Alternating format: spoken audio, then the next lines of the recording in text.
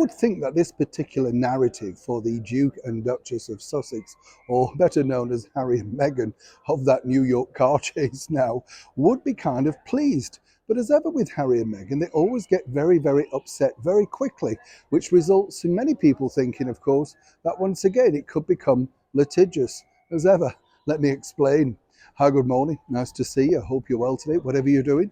Nice to have your company. And thank you for your comments also about the fact that, yes, you agree with me about the state funeral of our wonderful monarch, Queen Elizabeth II. Ridiculous to debate the cost. I mean, it's a state funeral, And I think most people would have wanted to contribute anyway. I mean, they did that, didn't they, by showing their ultimate respect after queuing for days, nights, hours to pay their respects at Westminster Abbey as our Queen lay in state. It was a very moving event, I'm sure you'll agree. And to quibble over the cost of the state funeral, really, what do people want is all I could say. Back as ever to your breaking royal story of the day. As I said, this story really just keeps running and running. And when you think about it now, Harry and Meghan have turned themselves from being sort of whatever they wanted to be, which could have been, do-gooders, a life of service, all of that sort of stuff and nonsense, now to the fact that simply they, have become celebrities, have they not? And that's the problem, it's almost a reality TV show spiraling out of control for them. Their narrative is completely lost. You've got the New York mayor, Eric Adams, going on television and virtually sniggering at their apparent story. As ever, we have to say allegedly. But now the bigger problem is this. Harry and Meghan are fighting back about an inflammatory piece that popped up over here in a broadsheet newspaper.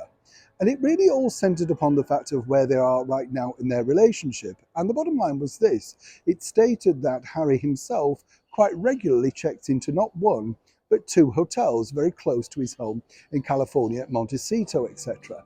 Now, what's interesting here is, you see, the sort of piece, one might suggest, alludes to the fact that there could be trouble in paradise, not necessarily as close as everybody was imagined.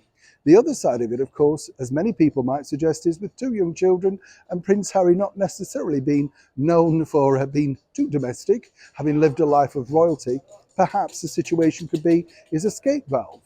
Now, according to a very good source, the Sussexes plan to hit back at this particular story because they claim they've only used the hotel for meetings together. These are business meetings, nothing more. Now, as I say, it goes into greater detail, and as ever, we have to pinpoint it. It is in a national newspaper over here. And the bottom line is it claims that Harry has a semi-regular room where he goes to escape and perhaps play games on his Game Boy or whatever they're called. It's very, very strange situation, what is now unraveling and developing. Of course, many people were kind of stunned by the fact that Meghan didn't go on that international promotional tour for Spare. When I say international, by doing all those televisions, she was nowhere to be seen, didn't support him walking in and out of studios. Perhaps she had her reasons. Now, this has truly set a lot of sparks flying, as one can imagine.